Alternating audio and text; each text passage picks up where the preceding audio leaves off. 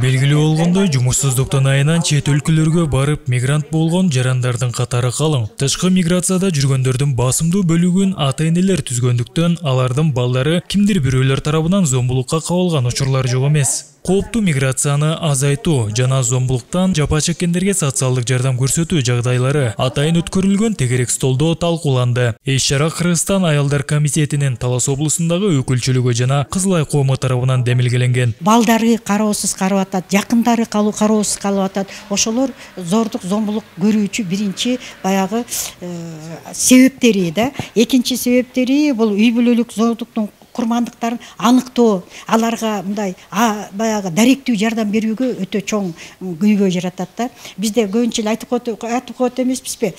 Эме пропискасы болсун, өзүнүн жашаган жери болсун депчи. Аны ошондуктан бул дагы абдан чоң көйгөй болуп келет да. Тегерек столго президенттин Талас облусундагы ыйгарым укуктуу өкүлүнүн орун басары Мира Сейдикеримова, социалдык адистер, чет өлкөлөрдө эмгектенген жарандар жана райондук мамлекеттик администрациялардын кызматкерлери катышты. Коом үчүн кооптуу болгон эки маселени натыйжалуу чечүүнүн жолдорун талкуулоо үчүн атайын Борбор калаадандагы адам укугун коргоо менен алектенген фонддордун өкүлдөрү келишкен. Акыркы учурда ошол миграция аялдардын жүзү болуп калды да. Бүт бардык мигранттардын салыштырсак 54% ошол аялдар болуп атат да миграцияга.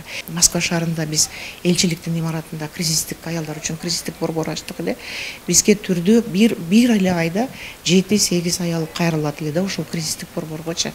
Түрдүү маселеси менен зордук зомбулукка дуушар болдум. Акчамды иш берүүчү бербей койду, же урдап койду акчамды. Россияда жүрсө дагы биздин бүт мигранттарга ошол биз юристибиз ишейт акысыз. Бирок ошол юристтердин дагы санын көбөйтүш керек да. Өрөөндө зордук, зомбулук жана миграция көйгөйү актуалдуу бойдон калууда. Бирок тышкы миграцияда жүргөн ата-энелердин балдарын көзөмөлдөө иштери социалдык кызматкерлер жана жаштар менен иштөө инспекторлору тарабынан жүргүзүлөөрү айтылды. Зордук, зомбулуктун алдын алуу иштерин аябай эле күчөттүк өзүбүздүн райондун тегерегинде.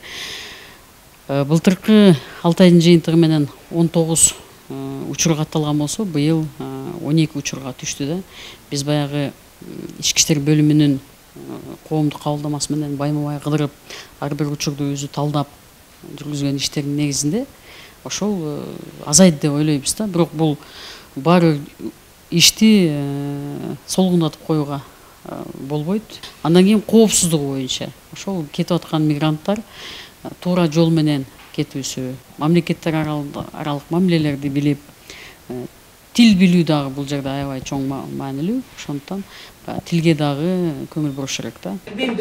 Оор каражатты кырдаалдан чыгуунун бир жолу болгон миграция үй бүлөлүк зордук, зомбулукка себеп болгон жагдайлар дагы бар. Андыктан бул эки маселени комплекстүү кароо зарыл. Тегерек столдун жүрүшүндө катышуучулар кичи тайпаларга бөлүнүп, терс көрүнүштөрдү чечүү тууралуу интерактивдүү талкууларды жүргүзүштү.